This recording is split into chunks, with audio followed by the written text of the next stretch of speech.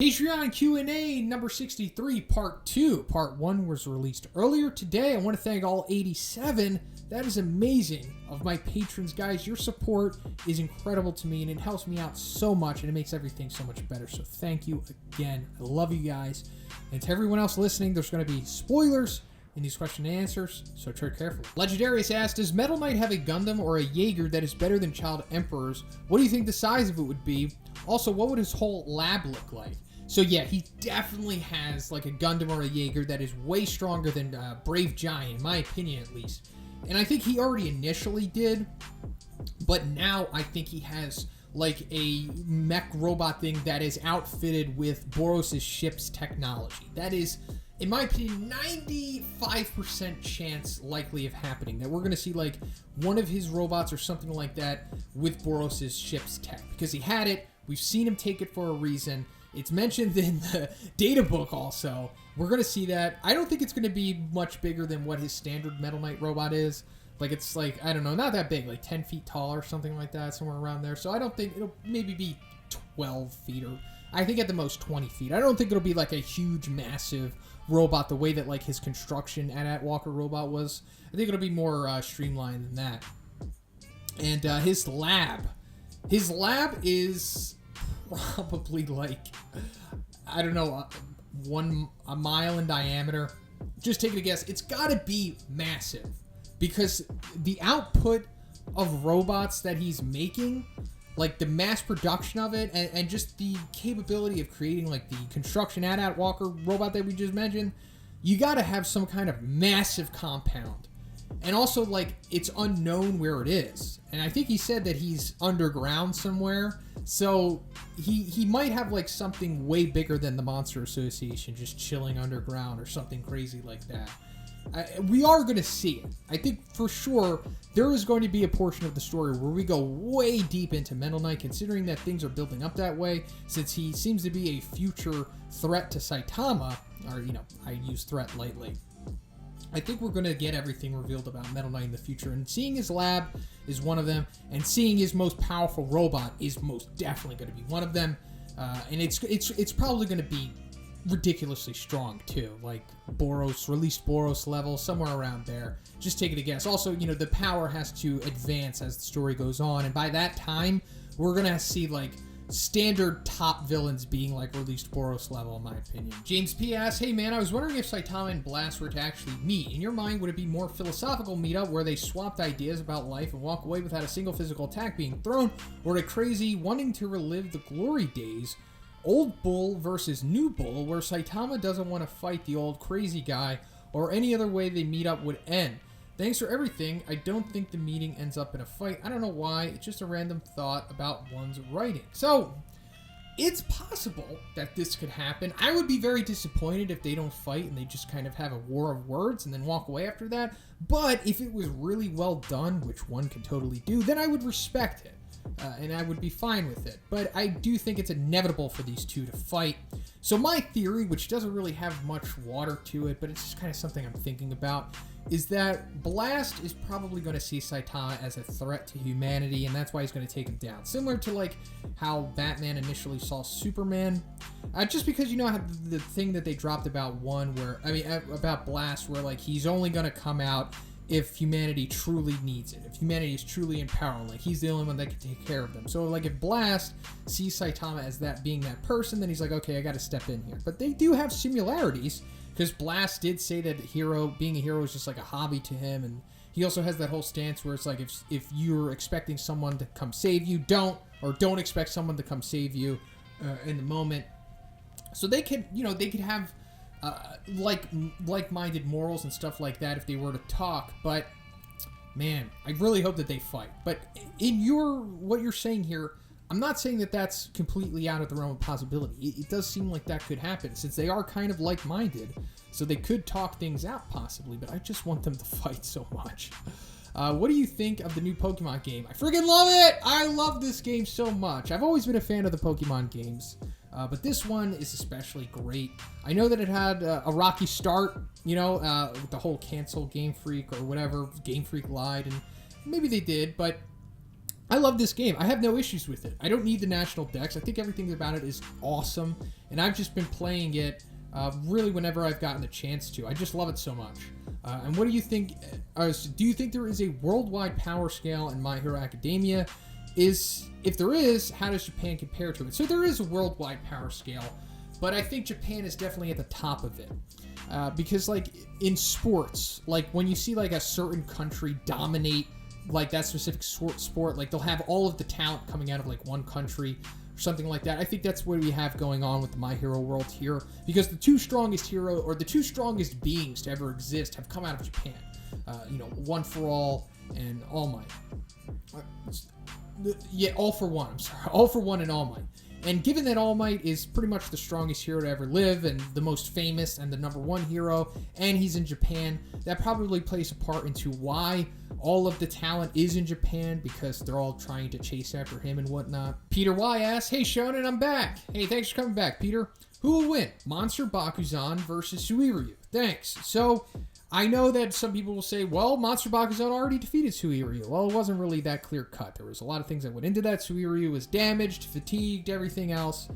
Mentally drained, if that counts. But we're just talking about fresh Suiryu. We could even say he's motivated versus regular Monster Bakuzan. This would be very, very, very, very high diff for Suiryu to be able to pull this one out, because Suiryu doesn't seem to be a definitive dragon the way that Bakuzan is, or at least by the estimation of Goketsu, and given his feats and the way that he did handle a damaged Suiryu, he's mainly low dragon level, which is still pretty darn powerful. Suiryu, I think he could take him, but it's going to be like Darkshine versus Carnage Kabuto level stuff, like 15 minutes, full power, and then maybe he can take him down. But I'm not completely counting him out of this. But it really depends on Suiryu's mindset and how far he can push himself. Because he was already strong enough to like break Bakuzan's toe, so that's something, I guess. Wolf Pup, the one above all patrons, asks, "Howdy Shonen, hope all is well." Yeah, it is well, Wolf Pup, thanks. I hope it is for you as well, too. My first question is, what would happen if King stormed Area 51 all by himself? We know he is considered to be the most powerful man on Earth. His strength is so feared that criminals and mysterious beings will often surrender before having to fight him. Also, let's not forget that he has tremendous amount of meta luck and charisma and can manipulate the universe to his favor. If he Naruto ran to Area 51, would the researchers abandon their work and hightail out of there with their tail between their legs, knowing there's a god coming to rain disaster on them? His way too overpowered man. I could see King ring the doorbell. They have a doorbell at Area 51, and then they see who it is, and then they raise the alarm and hightail it out of there. So I don't think it would necessarily be fear. They would definitely be intimidated by him, and they would feel anxious, but they know that King is an ally of justice, and he is the, S-class rank 7 hero, so they would more so be welcoming to him.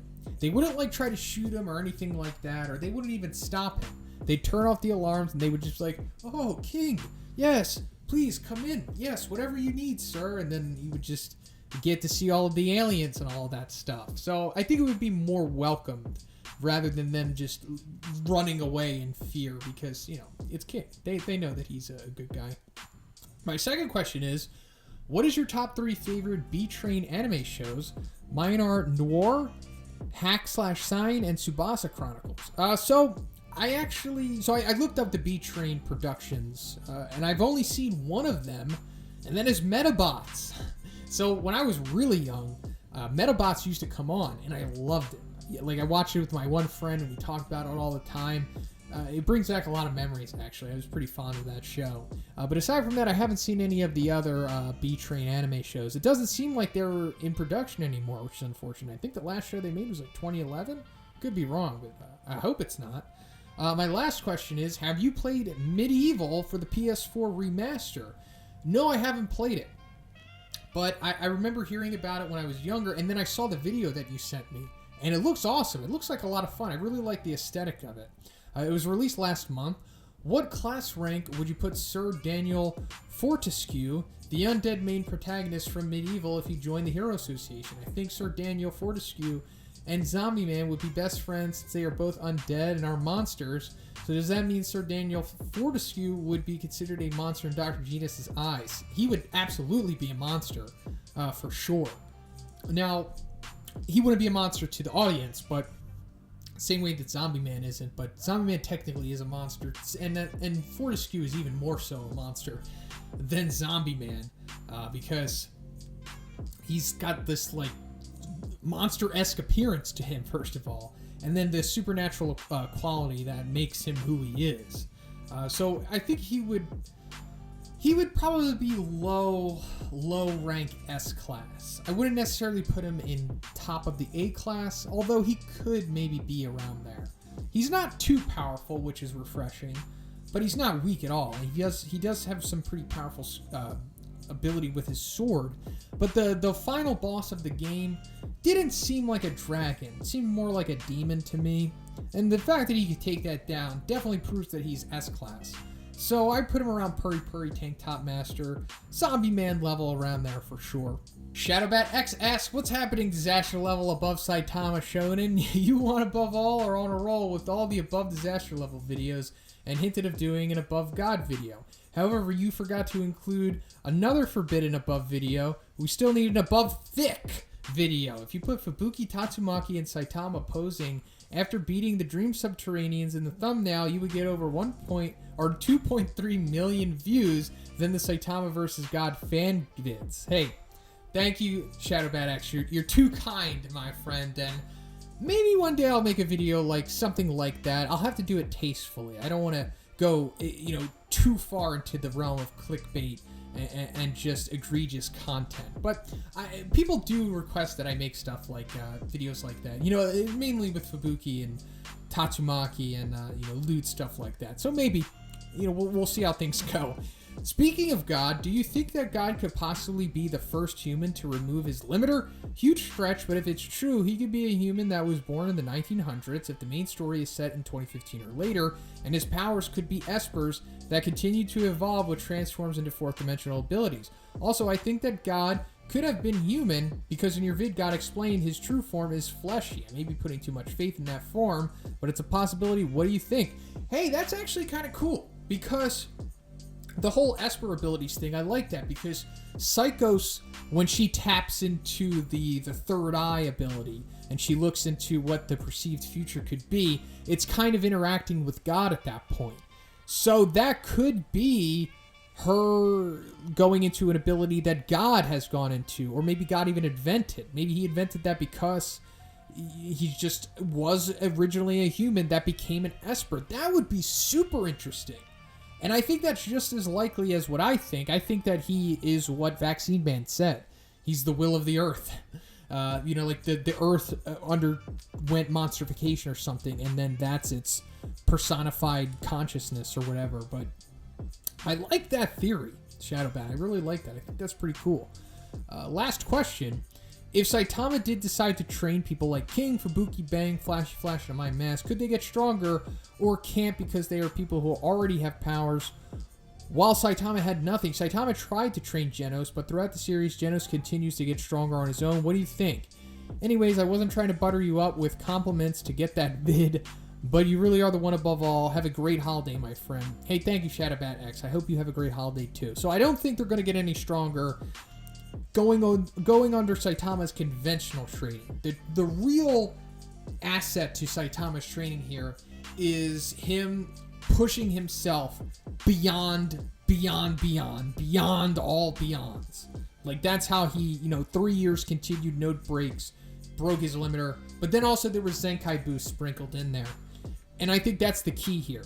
So if they were to get the Zenkai boosts, they would undoubtedly get stronger. It seems like everyone can become stronger with this ability in this world. But if they were to just do the push-ups, the running, the squats, and all of that, it really wouldn't do much for them because, like you said, they're already strong.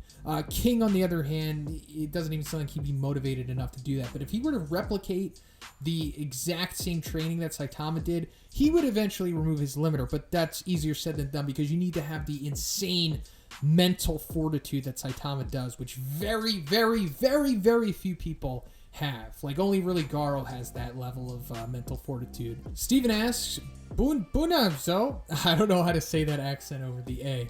Which One Punch Man heroes would make the best and worst parents? Keep up the good work. Hey, thanks, Steven. So the best parents would be a duo of fathers between Metal Bat and Puri Puri Prisoner. Because Metal Bat, the way that he cares about his little sister, I think that would easily cross over into how he cares about his child. So that's a big asset right there. He's a great guy, great big brother, would make a great dad. And then Puri Puri Prisoner, very lovable guy, very caring, cares so much for his quote-unquote boyfriends from his jail. So I think that would definitely cross over into like a kid as well. And then as for them being good parents together, well, that's a different story. But as for the care that they would give to their kids, it would be top-notch. The worst parents, Saitama and Tatsumaki. Saitama, he doesn't really care about anything except fighting strong dudes, and he barely even cares about that. He is very uninvolved in things.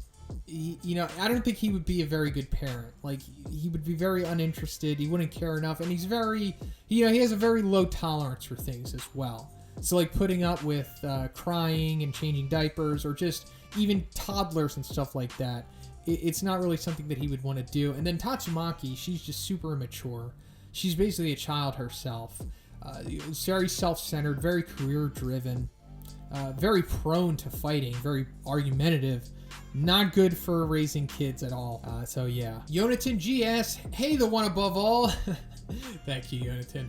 My questions are Flashy Flash Bang, Super Early Darkshine, and Drive Night, Beefcake, Carnage Kabuto, Goketsu, Elder Centipede, Evil Natural Water, Overgrown Rover, and Black Ass Pre-Woke Garo, the one that fought Golden S. How far would each hero go? I think the one who will go the furthest will be Flashy Flash, and the one that will stop first is Darkshine. Yeah, you know what? I agree with that. I think that Darkshine is really going to have his hands full of just Carnage Kabuto, as we saw in the VGS. It just took him in his full power for 15 minutes to take him down. And then we've got other high dragons here, which is going to be way too much for him. So he'll probably go down first. Also, given his mental fortitude, which isn't the best, as we've seen. And then Bang, he would go pretty far. But, man, he would probably just have his hands full with just Goketsu. Also, so this is like a tall order for this group of heroes, but I'm sure that's what you had in mind, since it is not in their favor at all. And then Drive Night, we haven't seen his full power yet, but he could probably take down Beefcake. Not sure about Elder Centipede, not sure about Black S, and then Pre-Woke Garo is probably going to give them some of the most trouble here, along with Overgrown Rover, and then Flashy Flash. He's going to go, like I said, like you said, probably the furthest. Because of his speed, his durability, his strength, it's all pretty top-notch.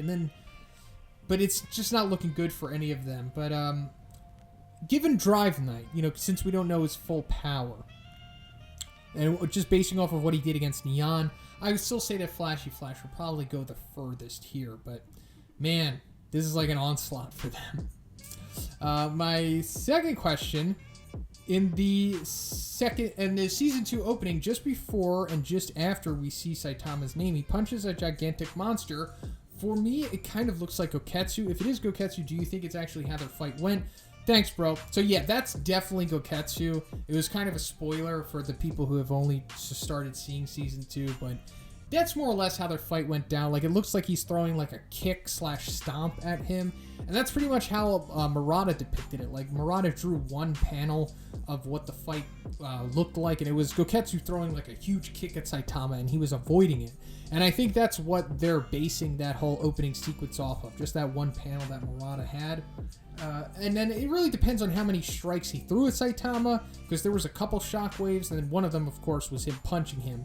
But more or less, he one-punched him, because he states that he only took one punch. So pretty much that's how the fight went down, give or take one or two more strikes from Goketsu thrown. Also, Shonen, this time I have a serious question, and I need you to answer as serious as you can.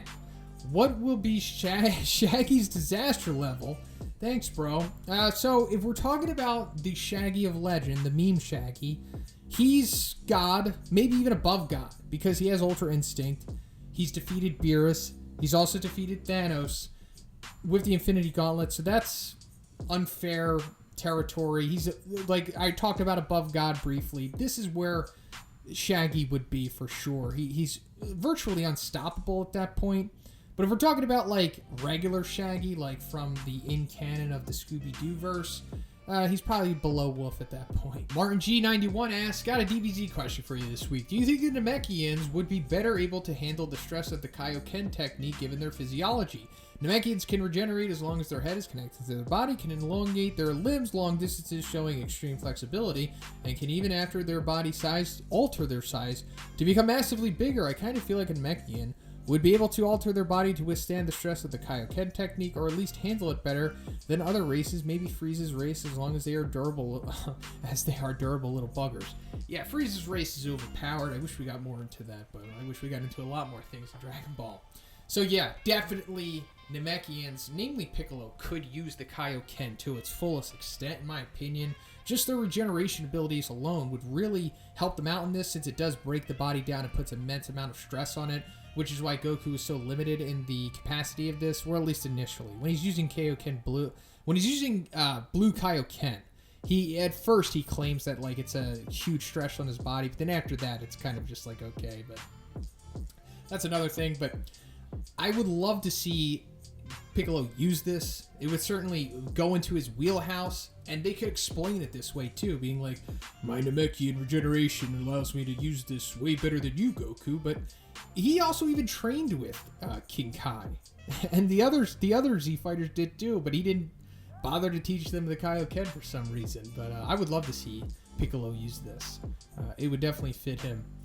Starting from the beginning of Dragon Ball, at what point or saga would you say Kid Goku hit S-Class or Dragon level, not counting his Great Ape transformation? So he's like fringe S-Class when we first see him. So he's already strong enough to tank bullets and go against Master Roshi, and that's like close to S-Class level stuff. But to say definitively Dragon level, low-balling it, I would say probably after he drinks the Divine Water. That's like around the time when he's fighting King Piccolo. He's definitely Dragon at that point. Like the craters and the amount of damage that he's able to do and the speed and everything, that's like Dragon level. So yeah, Kid Goku's pretty broken. He always has been. Just Dragon Ball in general is just broken. So that's pretty much it for the video today, guys. Once again, I want to thank all 87. Wow, I can't believe that. It's all so awesome. For your awesome support. Can't thank you enough. And if you would like to be in next week's Q&A, just simply check out my Patreon. The $5 tier will give you access to this video. And if you haven't already, please subscribe as well. Have a great day, too. I'll see you in the next one.